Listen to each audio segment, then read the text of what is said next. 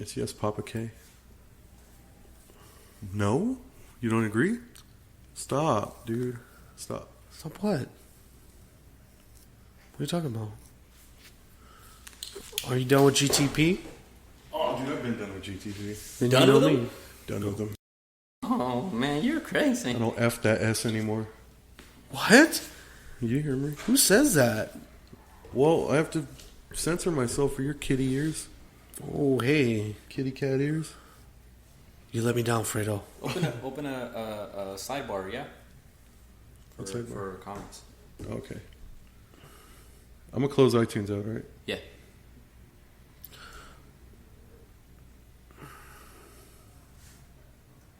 Dude, I don't think your waters are muddy enough, bro. Don't talk about muddy waters like that. He's a musical genius. He's a musical genius, man. Chuck Berry wishes he was Muddy Waters. Okay. They're both dead as fuck. They're both dead as fuck. You. Both dead as fuck. You're dead as fuck. You dead as fuck. Both fucking legends, but you both dead as fuck. Okay. Dead as fuck. Dead as fuck. Is this showing up as a smart and a mark on your end? No. Yeah, that's what it's showing, dude. Smart. It is? Yeah. Yeah, you gotta switch that. Dude, I changed it all. Just you didn't save it. I saved it, dude. It's alright. It could get switched. Interesting. Chill. God damn it. You gotta save, bro. I did, dude. Okay, hold Change on. the name first. The Mark and Andre Show will be live shortly after these short messages.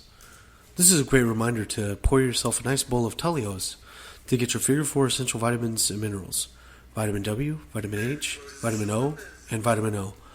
Woo! Tullios.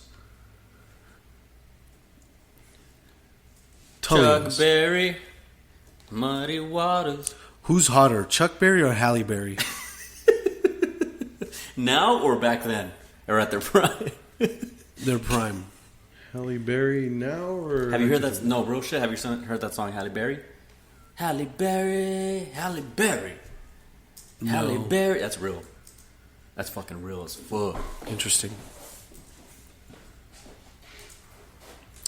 Halle Berry, Halle Berry.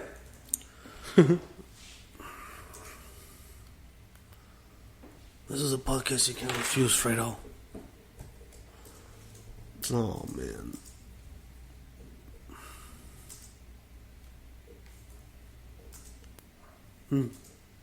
Yeah, I saw that.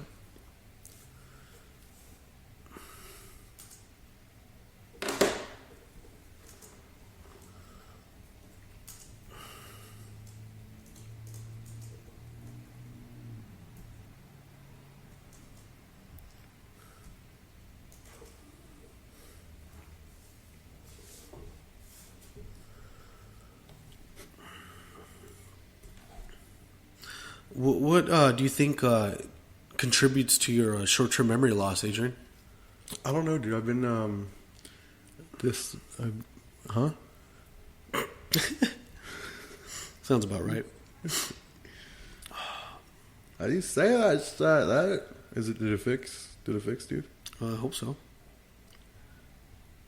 Check that description, see if it's right. That description looks mad kosher B. It doesn't. It looks so stupid. Description stupid? Yeah, no, it's good. Yeah, Slicks Ferratu. Slicks Ferrati. I was trying to... You were moving around. Oh, you look like him. I do, huh? Yeah. I do look like somebody that doesn't exist, huh? Hey, man. Nosferatu's a real thing. Oh, but Slicks Ferrati? The combination, you're Nosferatu with the beard. Slicks for a tooth. Have you ever heard of a dude named Quatooth? What did you say, Joaquin Phoenix? Yeah, Joaquin Phoenix. That's fake. Let's be real. What was that? Are we ready? I'm ready like Freddy. Are you ready? Are you ready? Are you ready for... Get ready this summer. The Mark and Andre Show like you've never seen it before in 4D in 3, 2, 1. What? This isn't 4D at all. Ladies and gentlemen, I want to thank you for tuning in to another great episode of the Mark and Andre Podcast Show, the only film, entertainment, conspiracy theory podcast on Spreaker.com and streaming live exclusively on the Mr. Stream Thing YouTube channel. What? Alongside me are my substitute co-hosts. Andre's not here; he's on his second leave of absence, ill. So it takes two people to replace him. With us is he has. That's his last sick day, so you can crack all your jokes. But then what are you gonna do when when push comes to shove. Yeah. With me is not Nosferatu, rather it is just Slicksferatu. Slick from the GT Podcast, aka known as Soundland Number 1. Holla. And on the other side of this, on the other side of the globe, via satellite, coming in from Antarctica Research Center, we have Kraze for Days. What's going on, ladies Can and you gentlemen? hear us, Kraze? There's a slight delay, I It know. looks like but it's snowing. Huh? Yeah, he has Hold a on. T-shirt via satellite. A T-shirt via satellite. Well, we- T-shirt via satellite. we've gotten off to a stellar beginning to this episode of the Mark and Andre Show. Thank you for tuning in, ladies and gentlemen. We appreciate you stopping by. Today's a very exciting episode of the Mark and Andre Podcast Show. I'm going to be talking about one of the biggest cinematic feats in the recent half century. It's pronounced foot. What? Cinematic foot. Feet. Feats isn't Feet. really a word. F-E-A-T. Whatever it is, you take it easy on that. Yeah. On that description. Yeah, one because of feats the isn't a thing. one of the best though. Feet. Come on. The Godfather? Yeah. 1 and 2? Have you seen Girl Interrupted? Have you seen Cool Runnings? Have you seen Joanna Man? Yes, I have. All right, I'm tuning out via satellite, you guys. I'll see you Tuning later. out via Tune into the satellite. 840 this Sunday after WrestleMania. You can take a nap. Taking a nap via satellite. There's tons of cinema top tens that have The Godfather as their number one movie. With reason being Oh, there's random YouTubers that have that as their top one. that The Godfather 1 and 2 are film classics. And yes, yeah, you know, if But you, like YouTubers with no well, if you real have, credibility. remember, if those you guys? have a YouTube account with over 100 subscribers, you're real deal Holyfield. What about? Hey, got we 200. have We have 250, 250. 255. I don't want to brag. You know, I'm 255. rounding down for, but You're welcome, by the way, Mark. Oh no, I definitely hop into appreciate this you guys. this great extravaganza of a situation we got going here. It's Thank you for jumping on this money train with us. I appreciate it, man. I'm riding. I like to call it the hoe train. I'm riding that. Come on, Let the man talk. Let the man talk. I'm What about riding the- this. what I'm about the riding third- this gravy train all the way to Thanksgiving. You know what I'm saying? So, Wait, what's with the Godfather 3 that you don't like? what happened? What movie? Wasn't there a Godfather 3? We don't talk about that in here. Why? All right, we got to address that first of all. Why don't you? What movie? Oh my God! See, No, you mean Oh My Godfather? Oh my Godfather. It's either 1 and 2. You have to like Oh My Godfather 1. Like if in these two movies, The Godfather 1 and 2. The Godfather 2 is arguably one of the best sequels. It goes up there with Empire Strikes Back. shit. It goes Home up there. Alone. Hey, Home come Alone on. 2. You said sequels. You didn't say fucking 5 Coles, right? What is it? What did you 5? say? 5 Coals? Yeah, What is it? I don't know. What's the second one? Isn't that technically the 5th movie? What is Star Wars? It would be the Empire Strikes Back. Oh, It'd be like the no, fourth no, no. one. See, now you look at me like I'm a fucking. It was- No, fifth no, one? Yeah, no. yeah. Empire Strikes Back is the second movie in the Star Wars. the original trilogy. Whatever, fuckhead. Oh, I'm sorry. I'm just, my You guys lightsa- are talking about all these great. I just have a sequels. bigger lightsaber than you, bro. No, honestly, dude. Yeah. Godfather 3, does that exist? Is that a movie? Yes, it is. Okay. But we don't acknowledge it. Why yet. don't you acknowledge it? Because to Because my it- knowledge, when people make top 10 trilogies, Godfather is always in the top 10 trilogies ever made. Has It just made it on there just because it's of the not, weight of So the first two? Godfather 1 and 2 has parlayed the third into making it one of the Well- best trilogies? See, that's the thing. Godfather 1 and 2 piggyback number 3 into the trilogy. Into the trilogy. Without talk. the third one, it wouldn't be a trilogy. You know, right? So Exactly. Yeah. It can be the greatest trilogy if there's no third part to it. Well, it's not going to be the greatest trilogy because the third one carries it down so much. that What's wrong with the third one? It's 20 plus years after the second one. Oh, shit. And so you have Pacino aged 20 plus years as Michael Corleone. And the plot that they have in the third one, so instead of him being involved still with organized crime, he then tries to arrange a deal with the Vatican in the third one. Uh-huh. And when he does that, it's just dog shit. exactly the type of the synopsis itself. If you read the synopsis alone on the Godfather 3, it just doesn't. Is that universally recognized as a piece of shit? A lot of people don't. Yeah, a lot of Italians don't talk about their third Godfather. A lot of Italians don't talk about anything other than pasta and pizza. It's true. Exactly. Ziti and Godfather and chill. That's what they talk about instead of Netflix and chill in Italy. So I wanted to get some stuff off the ground before we even talk about the movie itself. And before the movie was made, Paramount, the studio that produced Godfather 1 and 2, this is but for one, the first one and most importantly, had many obstacles to deal with. Surprisingly, the film wasn't close to being made at all. Shit. The Godfather, Francis Ford Coppola wanted to film. Nicolas Cage's? Yes, Nicolas Cage's dad Grandpa? or something. Or I his don't know, dad? cousin, Dad or uncle, something like that. Coppola. And Fact. Mafia, the people within organized crime actually threatened Paramount Studios to not make this film because they thought it was an insult to Italian Americans. Fucking marks. Exactly. So Paramount had no faith in the movie at all because they already had to deal with people involved in unions, film unions. Because if you don't get a film union to back you making a movie, you don't get their work. More like scare him out. You know what I'm saying? Scare him out. So, on top of the fact that Paramount didn't want to have anything to do with making this movie any further, after some of the producers were actually being followed home, one producer actually switched cars with an assistant of his, and she actually took her car home. And when she woke up the next morning, she found that same car all shot up. So there's tons of threats. Wait, she slept through the car being shot up? No. This is She bullshit. slept in her home, but in the driveway, the car was there still. She slept through them Well, I don't shooting know up if she her car. heard it or not, but from Well, what the obviously she stories- didn't. Yeah, but anyway, would've nonetheless, woke up, right? Heavy sleeper. someone's car was shot up and threatening to the. Hey, show Godfather. the picture of the Godfather. And Okay, we have that. so the movie starts off surprisingly, only starts off with a $6 million budget. Sure. Paramount had the rights to Mario Puzo's novel, The Godfather, and they were like, "Well, we're gonna have to capitalize on this because this is a New York Times bestseller." You're just gonna cut yourself out. You're not gonna be in the podcast. No, I anymore? am a Godfather, Well, dude. if you want the official are the Marlon Godfather? Brando account, oh, there it is. Oh, another one. Have that? No, a little more. Get There we closer. go. That's pretty good. That's pretty good. Thank you, Godfather. What'd you say? Thank you, Godfather. Anyways, continue. Sorry. So, Italian American, so along with being threatened, Italian American civil rights groups were upset that the film was going to be they were making a movie based on organized crime, and it was going to be shot in New York. So this guy Joe Colombo, the head of the Italian American Union, basically think of it as the Italian American version of Black Lives Matter, but for protesting stereotypes and stuff like that. So Joe Colombo, the civil rights leader, essentially claimed that there was no such thing as organized crime. Yet the ironic thing is that Paramount was getting the squeeze put on by this organization.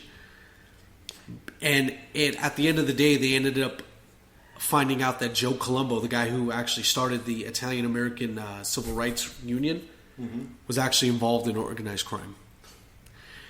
Ironically, in the whole Godfather, the first Godfather movie, the word mafia is only used once in the movie, and that's because of special requests done by Joe Colombo. But what about the word mafioso? That's more like a Spanish thing, but it's still No, stands. That's Spanish, not Italian. okay. Same.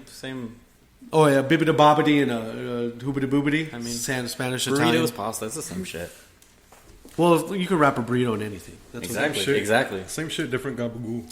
So producers were being threatened. One thing to take away from all this, despite all the threats, despite all the backlash, all the negative publicity done by the media, Paramount Pictures and Francis Ford Coppola still went on with this movie, with the first one.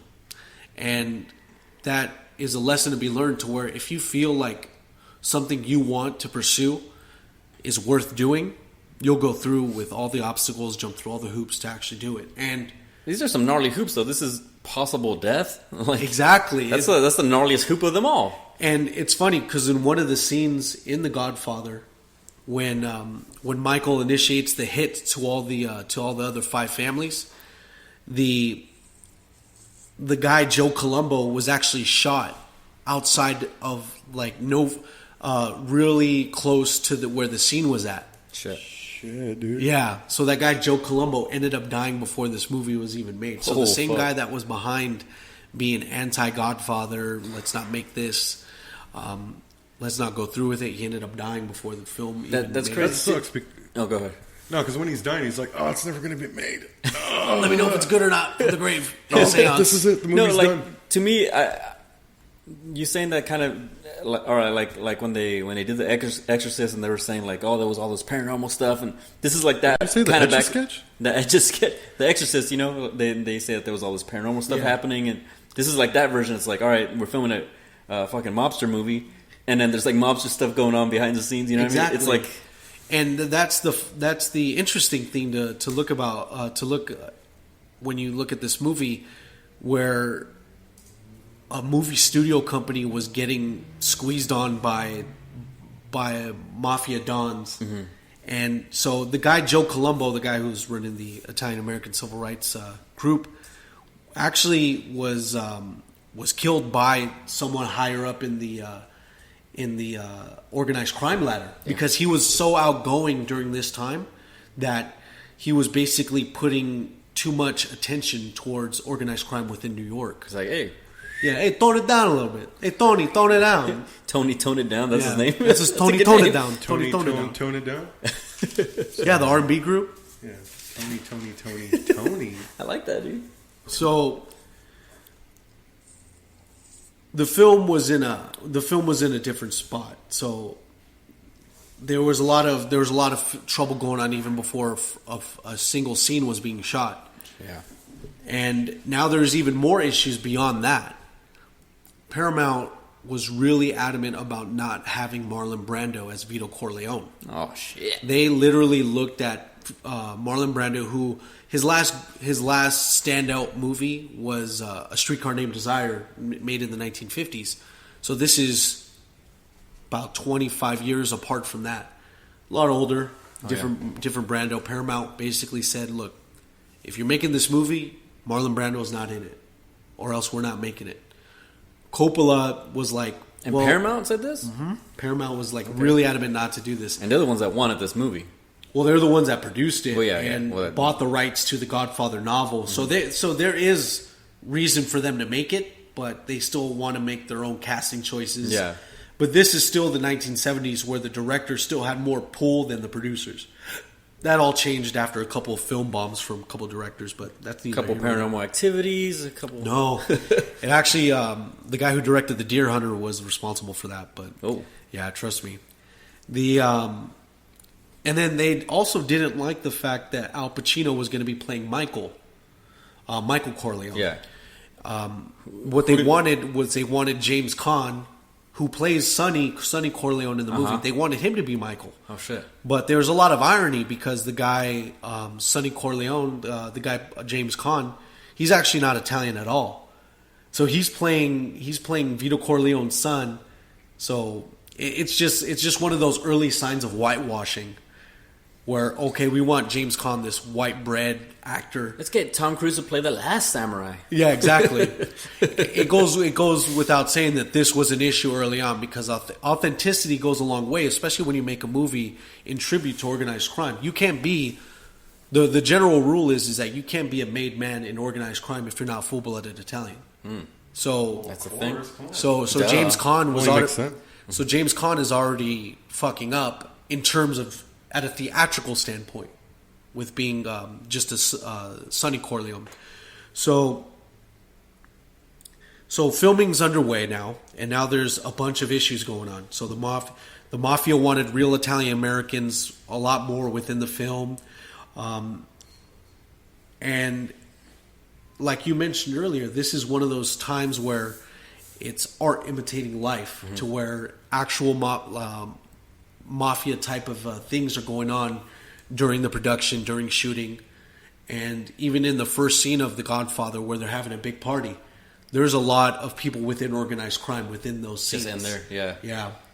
And even Francis Ford Coppola tried to poke fun at the whole Marlon Brando issue when in the beginning scene of The Godfather, a hotshot Italian singer, kind of like resembles the Dean Martin of the day, wanted to be in a movie.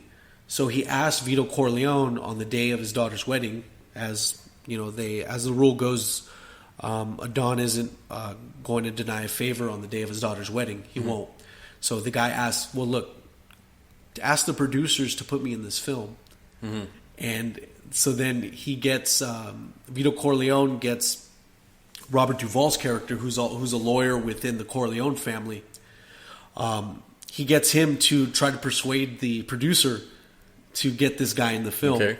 And the guy kind of says the same things along the line of what the producer of Paramount says, like, this guy isn't going to be in this film no matter what. And that's when the producer finds the horse's head inside his bed all cut off because his prized $600,000 horse. Soundlad number 2, you want to do me a favor and get the name of Robert Duvall's character in The Godfather. I know he plays the lawyer, which he was a really damn good actor in that one as well. If he's damn good, he must be Van Damme.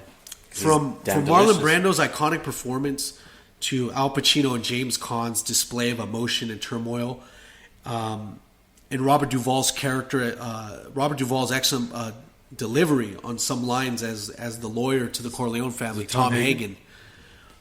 This movie ended up being a blockbuster. We're talking a $6 million budget with over $245 million in overall gross.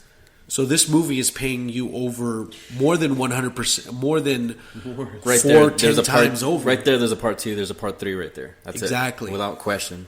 So my brother used to watch these movies a lot. And this is a time, a place where I wasn't really trying to go on the similar lines of what my brother was watching.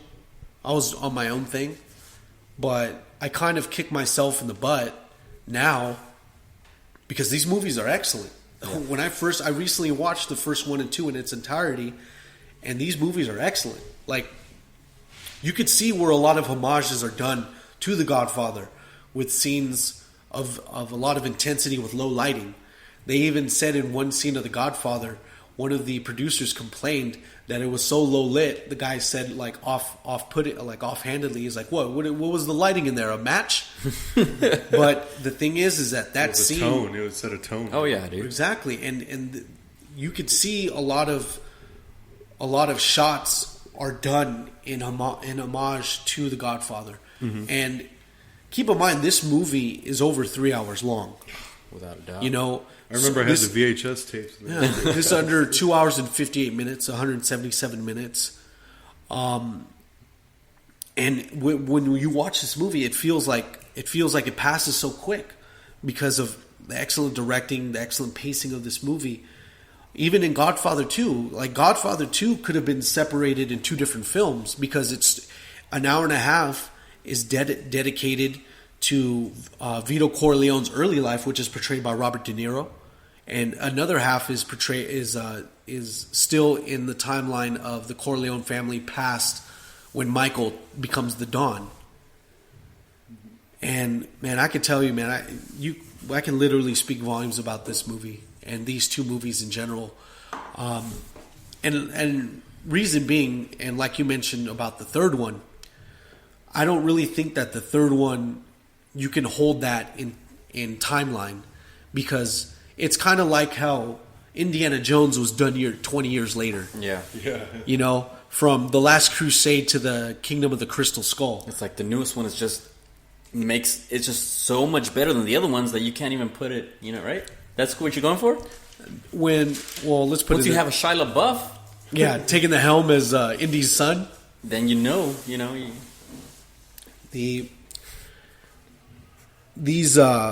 But with Godfather 3, you can honestly say that this has to be, you have to consider it its own separate entity because these Godfather 1 and 2 were made in 1972 and 74 respectively. Shit. And I was like 15 back then. You were? 16. Oh, sorry. Okay. In half. So you still had to go get parents' permission. Yeah. Nice.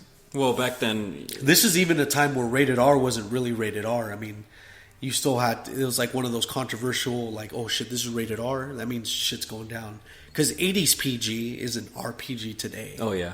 You know? They showed her leg. Rated R. Rated X. Rated X. You can even see some Easter eggs within in tribute to The Godfather when you have Grand Theft Auto 3. Mm-hmm. Oh, yeah. Remember Grand Theft Auto 3, you had Salvatore Leone. Mm-hmm. Salvatore Leone's a direct ripoff of Vito Corleone. He looks like a PlayStation 2 version of him. Those GTA walks are great. I'm going to make you a made man. And those missions are cool. oh, yeah. And and it's funny how I remember I was so shocked to learn that Salvatore Leone was going to betray me in Grand Theft Auto 3. I was like, well, that's how all Dons do it, right? If you guys haven't seen these movies, or if you guys haven't seen them recently, I suggest you do. Because just bought them again. Like, did you really? Yeah, on VHS. It's like a box set about this big. Dude, yeah, I recently just found them on VHS, so I'm kind of actually stoked to watch this. When I was little, we had the box set of The Godfather, but we also had the best of Godfather. The best of the clips? Yeah, from WWF. Oh, so I watched that, and I didn't even get to watching the movies at all. Stupid. No, we didn't have a best of Godfather, but we didn't have cable, so it was wrestling tapes or The Godfather. The Godfather, I threw it in once and tried to watch it. Super boring to me when I was 8 years old. Yeah, exactly. 7 years old. Well, so I watched you don't wrestling. understand cinema till you're at least maybe in your like late teens. You start picking up on it, dude. When I was like 15, 16, that's when I started like paying attention. Yeah. When I saw Clerks 1, that's what kind of started making me think like, oh shit. And then like I went to Best Buy and they had it for $5. I'm like, I'm gonna buy this movie. And then I looked over and they had The Omen. So I bought both of those for $5 each, and then that's when my love for cinema just started. My love for watching movies and stuff like that ended up starting after high school. I saw City of God. Dude, City of God. Is that a movie about Brazil? Yeah. But it's still like that movie. If that movie was made in American translation, but still with the same shots, but made in modern day America, it would be another version of Kids. Yeah, but a lot more intense. Kids fucked me up when I watched it. And so after that, when I was from 18 to later on, I was in the same boat as you because I didn't really want to watch the shit my brother was watching, my older brother. And he would watch The Godfather and Godfather 1 and 2 constantly. I'm like, Jesus, like, get out of there. Because these movies are 3 hours apart. Yeah. Like, this is going to set you back a quarter of What the are day. you doing today? Godfather 1? Godfather 1 and chill and go to bed. Godfather 1, Godfather 2, and then I'm going to go back to bed. That's basically like The Lord of the Rings now. Yeah. Like, you have to set a whole fucking day to watch that. Yeah, to even do a marathon or something. Or even watch when Peter Jackson adds another 40 minutes to the 3 hour... To the 3 hour mark limit. How long has Peter Jackson been skinny? Yeah, because on the Universal Kong, right? On the Universal tour, like they had a clip of him on there. I was like, "Who's that?" It was like, "No way, that's Peter Jackson." Yeah, when he thinned up. Yeah. It was after King Kong, no? Yeah, for the King Kong experience. So, like, going back to my point is that you don't after you understand a little bit of what organized crime is, understand what good movies are, play Grand Theft Auto 3 and get betrayed by Salvatore Leone, you then understand the intricacies of The Godfather 1 and 2. And it's crazy how quick the second one comes in succession to the first one. Because back in the day, sequels... It was like another 5 years for the sequels to come out. But this one was two years later. It's too successful, dude. It's exactly like how The Matrix was, where The Matrix, after a year and then another year, the sequel comes out. Yeah. I can't believe they're remaking The Matrix. Yeah, they're going to do a reboot of that. That's going to be pitiful. sketch. But Kill Bill 1 and 2 came out 6 months apart. Yeah. How did that work for the box office on those two? I have no idea. Because you would imagine, 3 months in the box office, then the VHS release comes out later than that. That's true, huh? Yeah, So right when it comes out on DVD, the VHS? second one comes out. I really wasn't paying attention to numbers back then. I didn't know how to tell time or anything. It was So you guys have you guys seen any of Marlon Brando's or like James Caan's, Pacino's, Robert Duvall's movies? yeah, absolutely. Okay. What, like fucking Bullet? That movie's a classic. James Caan dude. in Honeymoon in Vegas. James With Caan Nicholas and Coppola, aka Nicholas Cage. James Caan and Wrath of Khan, dude. What's that fucking movie with the fucking animals where people are turning into animals? Where people are turning into the- Pinocchio. Oh, The Jungle Book. Doctor something, Dr. Dolittle? Doctor Monroe, or what's The Island of Island of Dr. Dr. Monroe. yeah, The Island of Marilyn Monroe. yeah. Yeah. Yeah, Marlon Brando is fucking ridiculous. That was the most ridiculous thing I've ever seen. Like, he's a nuts. fucking psychopath. Have you seen the? I can't remember. There's just the fucking director that was supposed to do that. He got there's a documentary about the whole fucking thing. Have you seen this? I can't remember what Of it's the called. documentary of the Isle of Dr. Monroe. Yeah, pretty much. So they're it's kind of fucking hard to explain. But yeah, the director was supposed to do it or whatever. They kicked him off, and he stayed on the island that they were on, and he was just like in hiding. Yeah, he was staying there the whole time. Right. Yeah. And so and then they had Marlon Brando there. They were so stoked that they had him in the fucking movie or whatever. But then he just didn't want to do anything that they wanted to do. He's like, I'm just gonna paint myself all white, all right, and just like shit like that. And it's like, what the hell were you doing? He was a psychopath, not a psychopath, but he was a lunatic. Yeah. But that's the range that Marlon Brando Yeah, has. I mean that's his art, I guess. But See, if you ever check him out in a Streetcar Named Desire, I haven't seen that one. He knocks it out of the park. What's the Yeah, I war haven't one, seen dude? Huh? What's the war one? Apocalypse Now. Yeah. Apocalypse Now. My brother, he's obsessed with that movie because he movie's just bought it crazy. on Blu-ray, and I haven't seen that movie, but he keeps getting me to try to watch it, but I haven't had the time to watch It's it. a long movie too. It's But fucking good. Though. I was sitting down watching good it, dude, and it's fucking crazy. One of these days, I'm gonna have to go and dive into war epics Oh yeah, and actually look at them all because I'm more going into the Saving Private Ryan. I'm a Saving Private Ryan guy. That's a That's great my movie. war. That's That's awesome, my dude. war flick. But I've heard people speak volumes about Platoon, Apocalypse Now, Black Hawk Full Metal Down is Jacket. awesome. I actually saw it myself. Full Metal Jacket's great. Black Hawk Down is awesome. Oh, I gotta check that out. That movie Fury. That Oh, dude, recent one? Fury is awesome too. Awesome, dude. I haven't Holy seen that one. shit! We And were Glorious talking about that the other day. Bastards. The Was that a war movie? which one? Glorious Bastards. a movie That's based about- on a true story. Sci-fi fantasy. Sci-fi fantasy. Fantasy. How about you stop that right now? The Apocalypse Now though, gnarly. Those explosions are. the Joe Yeah. Flow 82 with the Island of Dr. Moreau. Oh, there it is. So, what I really want to get to because we're discussing these movies is that it's just insane about how we don't think that the idea that these movies weren't going to be made It's crazy. shocks me. Yeah.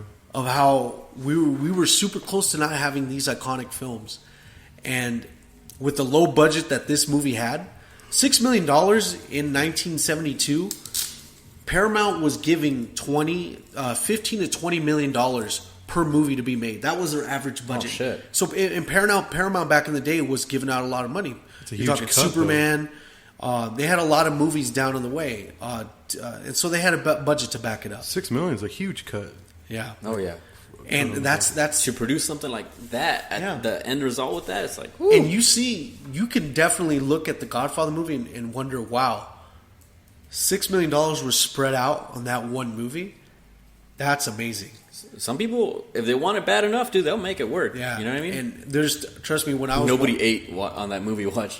when I was watching the documentary when they were talking about the making of The Godfather 1 and 2, there's just tons of footage of Coppola like holding his head, just trying to has a bunch of scripts and rewrites. He's talking to Diane Keaton, he's talking to Al Pacino and Brando, and he's just trying to convey ideas on this is how Vito's supposed to be, or Michael, this is a point in your time where you're shocked that this has happened. You need dude, there's tons of evidence to support that Francis Ford Coppola really just put it all on the line for these films. I believe it.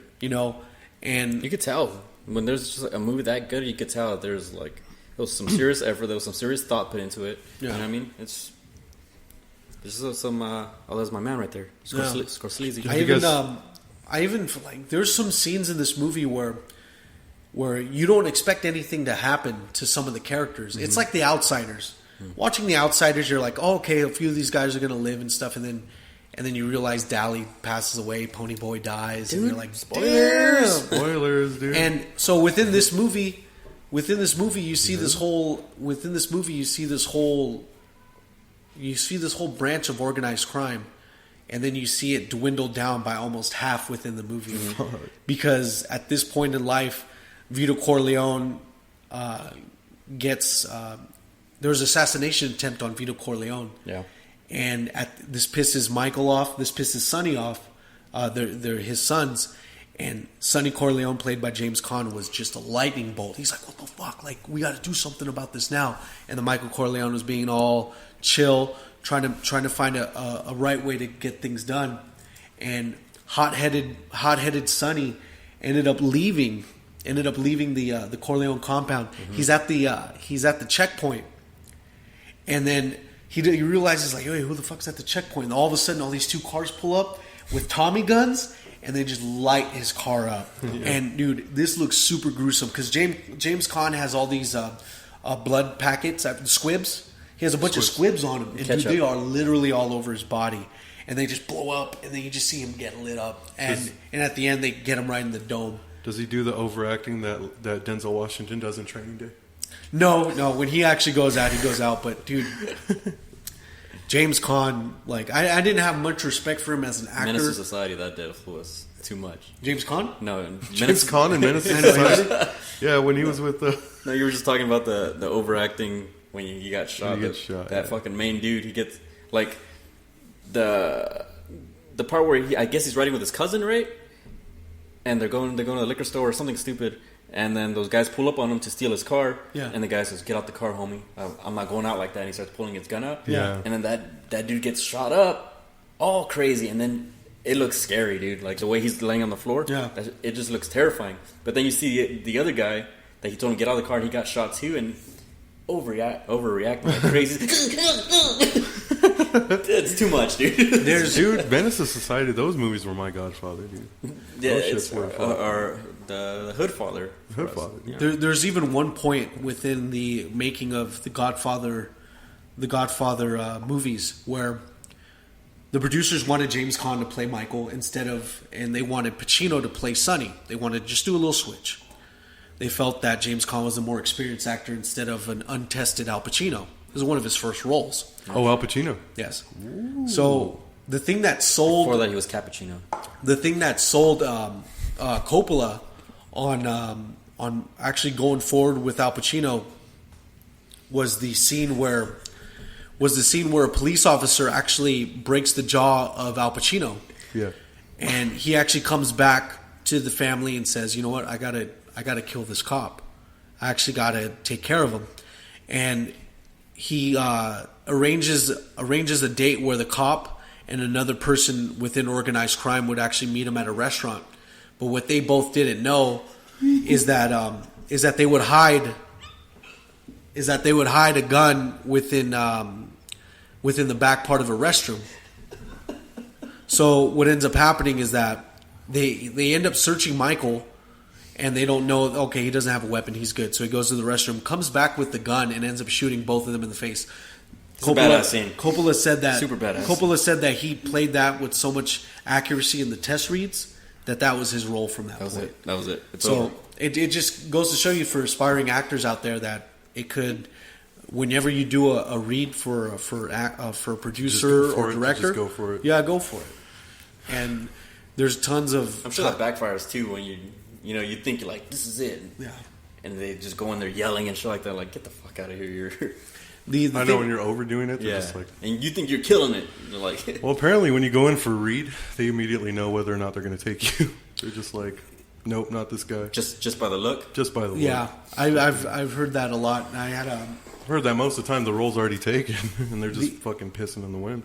The way that my friend mentioned it to me, and he's an aspiring actor, he was telling me that every time he did a read, that it was the same thing. It was just, okay, we'll give you a call. Or he would even mention, he's like, it never hurts to say, do you want me to read it a different way? You know, do you want to second chance it? Yeah. There's always an option to do a second chance if, you know. Yeah, I mean, if producers it already looks like it's a no-go, might as well. Yeah, shoot for the stars. Might as well. Or take a dump on the floor and bounce. That's Bobby Lee's go-to. The Godfather was nominated for, I would say, I think it said, check how many, Soundland number 2, check how many it was nominated and how many it won. Because I was thinking more along the lines of 9 nominations. I know 12 nominations and it won 9 of them. Shit. Yeah, so this swept the Oscars. Oh shit, we just pulled it up right here. 6 milli? Yeah. Damn, dude. So 16, it won an Academy Award for Best Picture, 73, Best Actor, Marlon Brando, Best Writing, Best Adapted Screenplay for Mario Puzo and Francis Ford Coppola, and so it actually won 3 Academy Awards in 73. Mm-hmm. Oh, 73? And it's funny too because the second one actually got Best Picture again. So this is the first Godfather 1 and 2 are one of the only few sequels that actually share a Best Picture. Oh shit! There's 14. There's 14 for 1973, and there's also like 2 or 3 for 1972, which is probably. Yeah, it just depends when the National Society of Film Critics Award was probably held in 72, but the ceremony's in 73. Yeah. Yeah. So you can go ahead and count those in. So fucking that's insane, dude. That's crazy. And even I remember when I remember 2 instances where when a DVD was released, people went nuts for. I remember the first time I actually witnessed someone go nuts for a DVD being released. Austin Powers trilogy. Was when America actually was able to get Scarface on DVD. Oh shit! When Scarface on DVD came out, everyone went crazy because it's the first time it was actually released on it. And the next thing is when the Godfather box set came out on DVD. My brother had it, and it's all separated in different pieces now because some of the slip covers go here, go there. Basically, doesn't have it anymore. Yeah, but that's another one of those instances where movies are that impactful that people will give a damn to buy it from VHS to DVD. Even you recently bought it on VHS. There's a few movies that I have on VHS, DVD, and Blu-ray. and if the next format, I'll fucking buy it on that too. Yeah, string cheese. Back to the Future with me. I do the same thing. Same. The Godfather 1 and 2, guys, I can't stress enough. Great films. And one thing I want to mention on this podcast, it's actually embarrassing for me to not have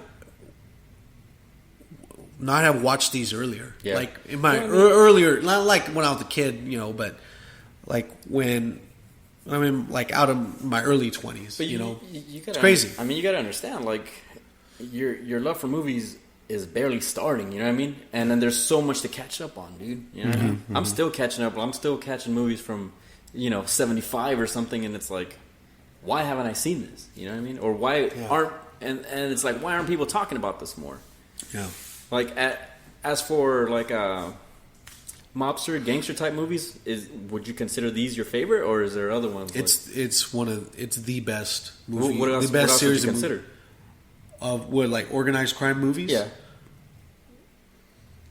I'd want to say,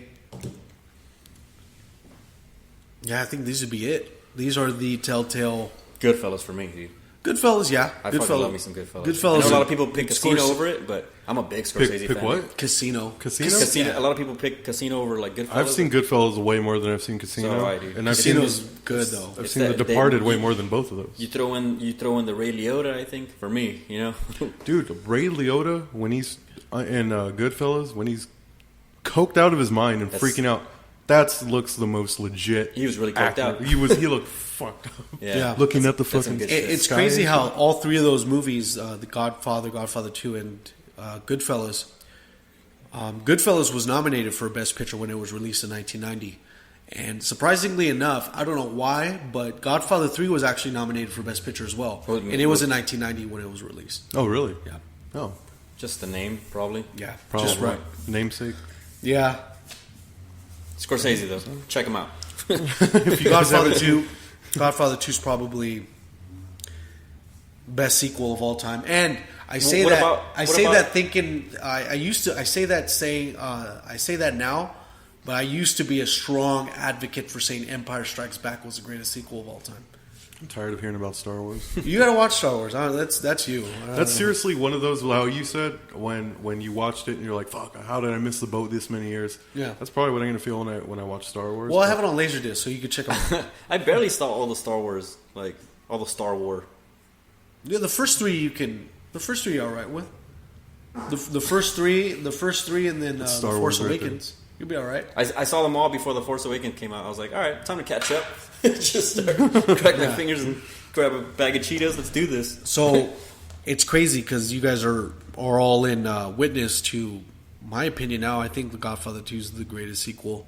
Cool. Ever? The greatest sequel to me. I think Alvin and the Chipmunks a squeakle. Squeakle. We've You're talked counting about out this. the Squeakle? Huh? The squeakle. No. All I'm right. not going to contribute to your guys' asinine comments. Well, Hey, man. all right, dude. Whatever. Cinema savants, and then you guys talk about the fucking squeakle. Well, you said Godfather 2 was the best sequel Who the ever. hell do you think you have on your show right now, man? Like, How do you guys? Thanks for inviting me, by the way. yeah. Nah. Well, I mean, it takes. Chastising It takes. for You know this that song? bullshit. It takes two Well, to there's make a three dream of- come true. There's three of It us. takes so. two, but we got a third wheel here. That's Fuck fucking you. dead as the flat ass third wheel. Never loan money to a guy who cries at the end of Scarface. Oh, that's good. They're remaking Scarface with Leo, right? Huh? No, I don't think Leo. Nuh-uh. From what I heard, I No don't think way. Leo's behind it anymore. Man, shut up. Double check that. Double check that sound. That's lad. fucking weird. Because that would be That was the first I heard about it. well, because Leo's from L.A. and I heard that this Scarface movie is going to be based in L.A. I don't know. It's gonna be Vice City, dude. How dare you? Oh yeah, they are. Leo Cool. and Sofia Vergara Ooh. set to a Scarface movie. That's gonna be cool. Scarface Ooh. remake starring Leo and Sofia Vergara. Vergara. Ooh. Vergara. Yeah, Vergara. Stop saying it like that. Yeah, you should hear him when he says Naomi. He goes Noemi. Noemi. I don't know. I was just retarded the other No, day. And I just couldn't oh, say. So Snopes. Sofia Vergara is she's a little piece of heaven. God bless her. She's that type of hot that's too hot to where it's unattractive. Where it makes you mad. Yeah. Oh no, it just makes To where it's unattractive. yeah, where it's like unattainable. So, So it's like, she's ugly. Everything's you got, attainable. you get that bitterness to you. I don't like it. Fuck her. so that sort of deal. Never hurts to ask. You know what I'm saying? You think Leo will play a good fucking... Dude, I got a Scarface? conspiracy theory He for was you. good in The Revenant. Whoa, what do you have? A conspiracy theory for you. Yeah. Ah. What's up? It involves cinema and wrestling. Uh huh. Okay. Shout out to The Godfather. That was pretty cool. I haven't seen it yet. I'll check it out. Yeah, you should. Apparently, VHS.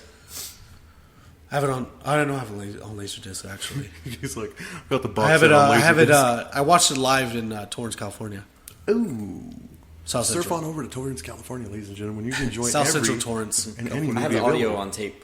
Thanks for fucking getting in my promo, you guys. So, the WWE has their own film company, right? Mm-hmm. They make movies like Oculus. They make movies like That- The Marine. that 1 Kane through, movie, what was 1 that? through 7. Oh. See No Evil. See No starring Evil, Glenn yeah. Jacobs. Condemned? Formerly. Wasn't that one? Stone What's his Cold? name? Kane, No, the other Glenn one. Jacobs. Oh, Isaac Yankum. Isaac. Dr. Dr. Isaac Yankum. He used to play a dentist. They called Apparently, Isaac Yankum. WWE makes these movies so their wrestlers can get SAG insurance. Is that true?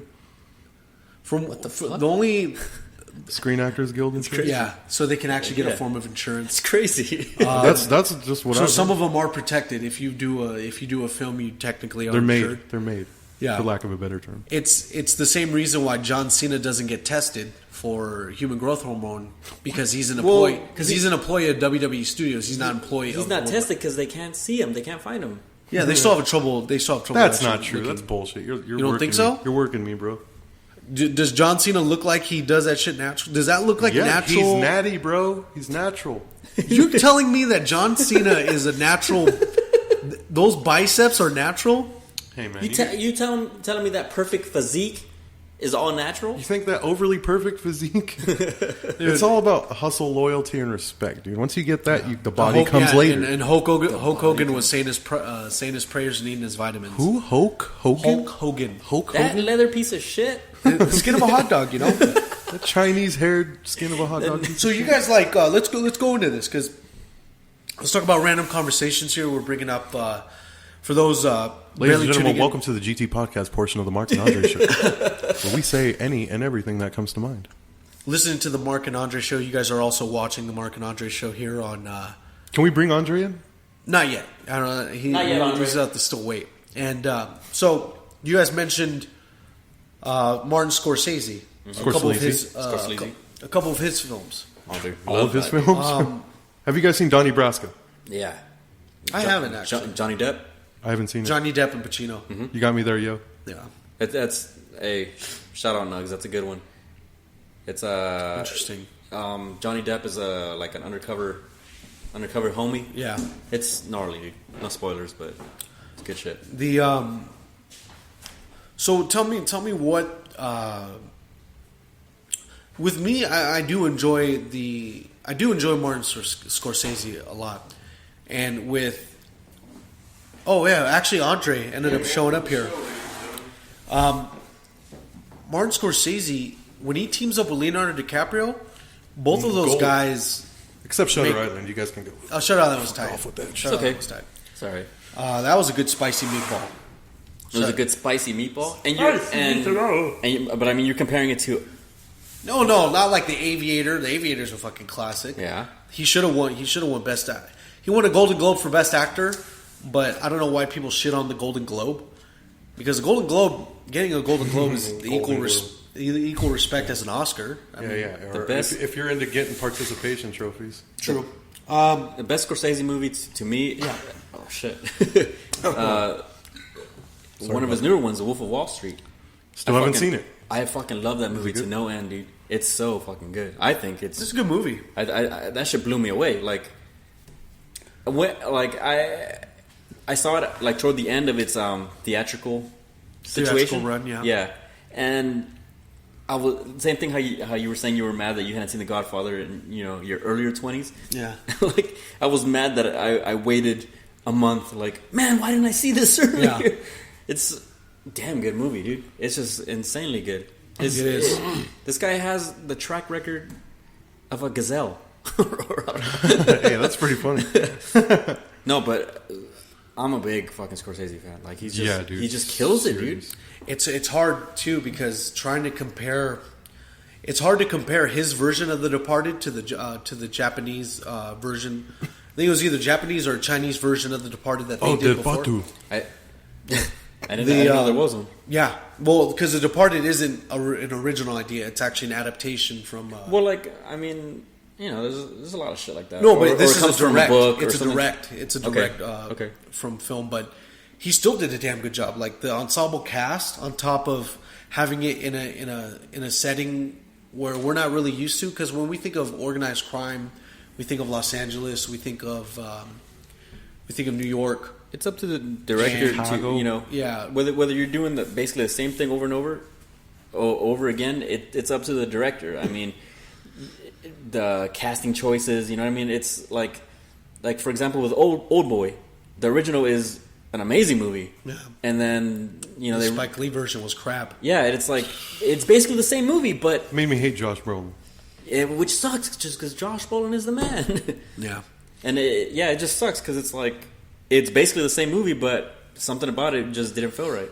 What do you guys think about the sort of cheesy organized crime movies like Deuces Wild or not necessarily Deuces Wild, but like 3,000 Miles to Graceland? Like more silly, more of those sort of. When you have a precedent set to what The Godfather actually. Well, I'm not comparing the two. Well, no. This is the thing is that you have that idea. Well, we already have the perfect mob movie, Mm-hmm. and everything else to it is just secondary. Mm-hmm. So you have a high scale already at the end, like the movie Tombstone. The movie Tombstone's a great Western flick for our time, for the 90s. Great, yeah. And But you watch. we know that the movies like Unforgiven with Clint Eastwood, Yeah. or even a few of his other westerns, they don't hold a candle to Unforgiven. I mean, Tombstone doesn't hold a candle to those. Mm-hmm. Those are just way better. The precedent that movies like Goodfellas, The Godfather, set on, I wouldn't say half-assed. Hey, man. No, I wouldn't say that. I would say they just have a hard. They just have to get out of the shadow. It's a hard They sell. just have to get out of the biggest shadow being set it's on their genre of cinema. It's kind of tough, right? You know, yeah.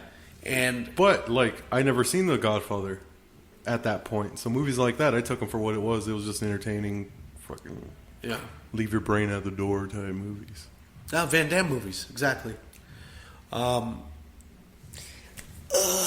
know, exploded. That's the best. Let's even go with. What happened? You kicked Andre off the show with that? Let's even talk about more of Scorsese's joints. Absolutely. Well, here was something I wanted to bring up, and I don't know if you guys have heard about it, but he's coming out with a movie. You just direct that's getting shot directly to Netflix, which is fucking awesome. Well, here, let's. This article from the fine people at Huffington Post sent us. Yeah. It says Netflix has acquired its most prestigious title yet, a Martin Scorsese movie, The Irishman, name of the movie. Oh shit! A $100 million gangster flick starring Robert De Niro was initially set up at Paramount, which released Scorsese's previous film Silence, which one you talked about, right? Yeah. But with 12-year Paramount chief Brad Gray leaving the studio after a financially spotty 2016, Scorsese and his team opted to package the movie elsewhere. So it's quoted in saying Scorsese's movie is a risky ideal, and Paramount is not in the is not in the position to take risks. Yeah, it's a risky deal. It's not in a position to take. This way, we can make the project he wants. So Paramount wants out, and I'm as shocked as you are with your reaction. The track record. How is Scorsese a risk? Piece of shit. It's like, besides Silence, Silence is an acquired. Yeah, that's an acquired taste. That's why. That's an acquired. No, it shouldn't even be the last one to do it. But Silence it's a different. It's not his brand of movie. Mm-hmm. This isn't Scorsese doing a biopic on somebody. When he's doing a gangster movie, it's gonna be that's his bread and butter. Yeah, exactly. Jinx. That's not bread and butter you're fucking with. Jinx, you owe me a kiss. The Irishman's gonna have De Niro in it, and then he's also gonna and Pacino. Yeah. As well as a slew of other actors. Let me see. Pacino, Joe Pesci. Joe Pesci is not going to be in it. Yeah, Joe Pesci's in it. Joe Pesci himself, dude. Well, the director wanted to get him out of retirement, so it's always up to De Niro to get Pesci out of retirement. I forget which movie that they were trying to get him in, and he was just like, "I'm not doing it. Like, I'm not doing your fucking movie." Here we go. Robert De Niro, Al Pacino, Joe Pesci, Harvey Keitel, dude. God damn, dude. They're bringing out all the... Because Pacino's going to be playing Jimmy Hoffa. They're bringing out all the heavy hitters, huh? Dude. Frank the Irishman Sharon is one of the alleged guys that actually killed or was with Jimmy Hoffa on his last day when he went missing. Really?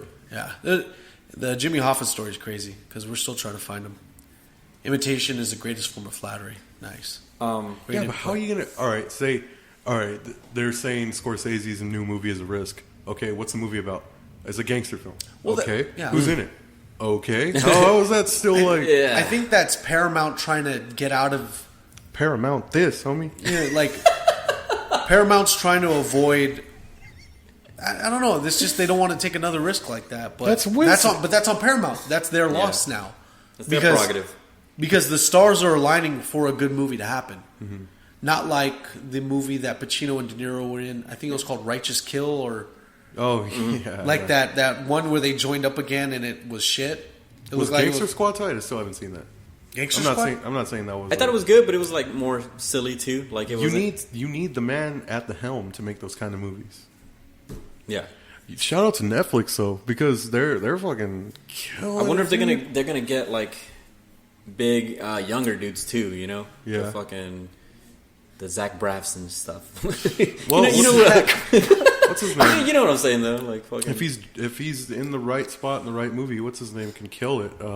The guy from The Notebook, yeah. Ryan Gosling. Yeah, that's my beast. He killed it in La La Land. I heard. That's my boyfriend. And then fucking Drive was tight too. I recently did a podcast with a guy about. Okay. No, a guy reviews Ryan Gosling movies. He fanboys over him. That's his gimmick. Mm-hmm.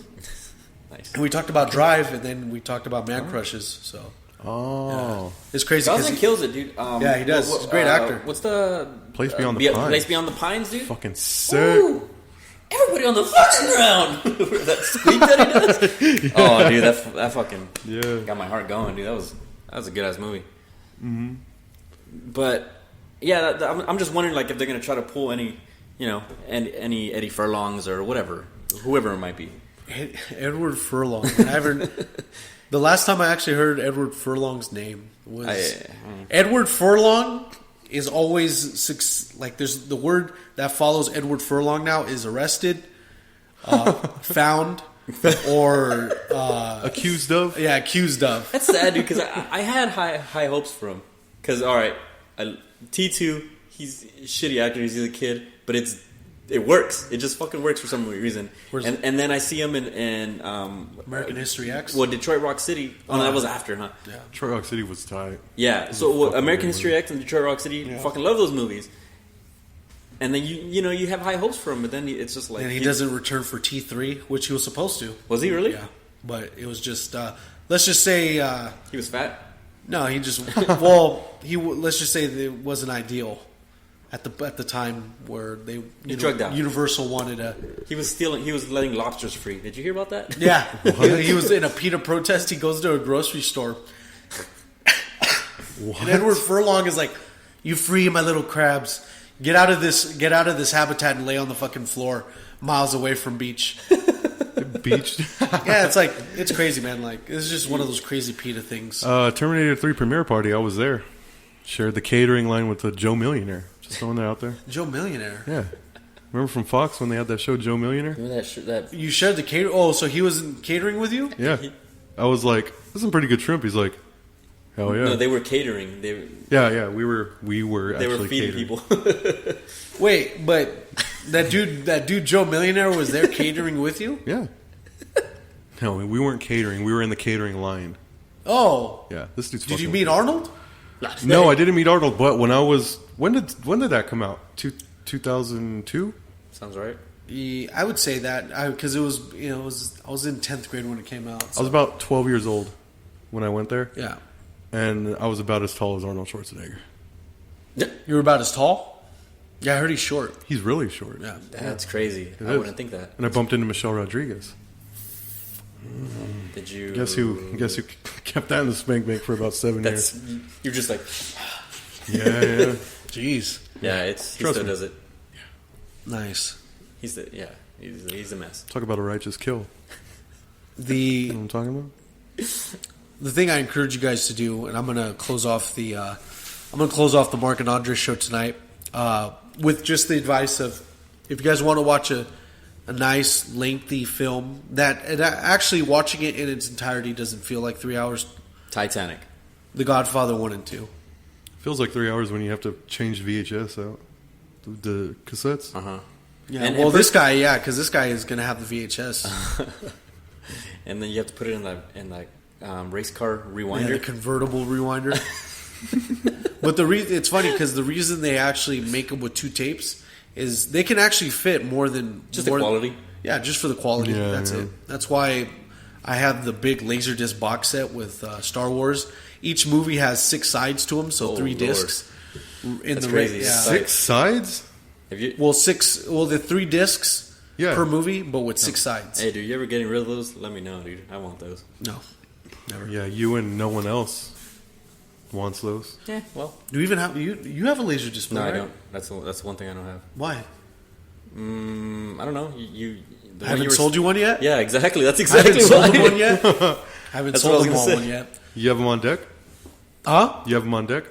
Lasers. I have one in my car, but that's it. You're fucking lying. Yeah, dude, you don't have a portable laser disc player? He carries them around, dude. He's not fucking around. No, I have no. Because the reason I have them the reason I have all that crap in my car right now is because the next retro yard sale is like next week. Mm-hmm. So I don't want to take all the crap out. You act like you're some sort of retronomicon. Well, I try here and there. I want to thank you guys for tuning in to another great episode of the Mark and Andre Show. I want to close off by saying, for those interested in listening and critiquing the intricacies of rap, feel free to subscribe to Andre's channel, Lyricology 101, where he breaks down rap music and various rap songs. And he actually gives you tips on how to become a better rapper. feel free to go to Lyricology 101. That's youtube.com/Andre Gaynor. Andre, wherever you are, call us. He's missing. Gone missing. We're going to put him on a milk cart next week if he's gone again. If you're hanging out with Eddie Furlong, dude, just I know. If he's hanging out with Eddie Furlong. Both you guys safe, you know what He better. I hope he's just the designated driver to Eddie Furlong. Chocolate milk carton. I want to thank my it's better, dude. my Chocolate esteemed milk's guests, Slick and Kraze for Days. And on behalf of them, I want to thank you guys for tuning in to the Mark and Andre Show. This has been a podcast you can't refuse. Episode 61. Hey, wait. You want, before we go, you want to do like a quick scene from The Godfather before?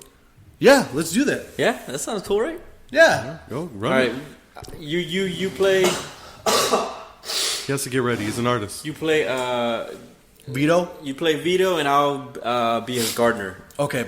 Get Vito up on the board, Mr. Luna. I mean, Sound Lad, excuse me. Get him up there, and I'll do my best Vito Corleone impression to where he's talking to his gardener. 1 second. Right here? This one? No, the one you had on the original page. The original peg you had on the display. Okay. Is he nervous? Yeah, he gets nervous. I don't know what's going on, dude. Whenever Yeah, I you heard talk that about before. gangsters and such. All right. Okay, so...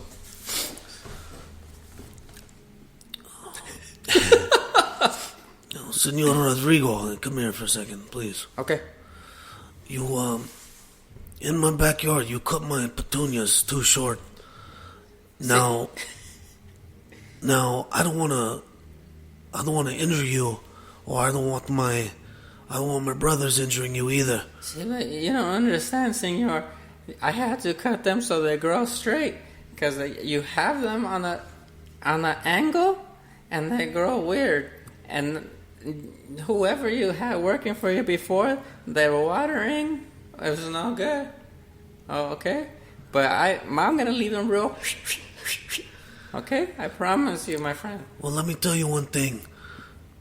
If you cut them again, real, I'll make sure that your neck is really.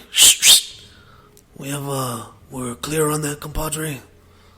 I don't know what you say to me, gringo, but I'm gonna take it as a sign of disrespect. I'll call all my cousins Chewy, Chula, Spider. How dare you disrespect me? I'm out, dude. How dare you disrespect me the day of my daughter's quinceañera? Now pass me a tamal. Thank you guys for tuning into the Mark and Andre Show. That was a terrible rendition of Marlon Brando as Vito Corleone talking to his undocumented gardener. Thank you guys. See you guys.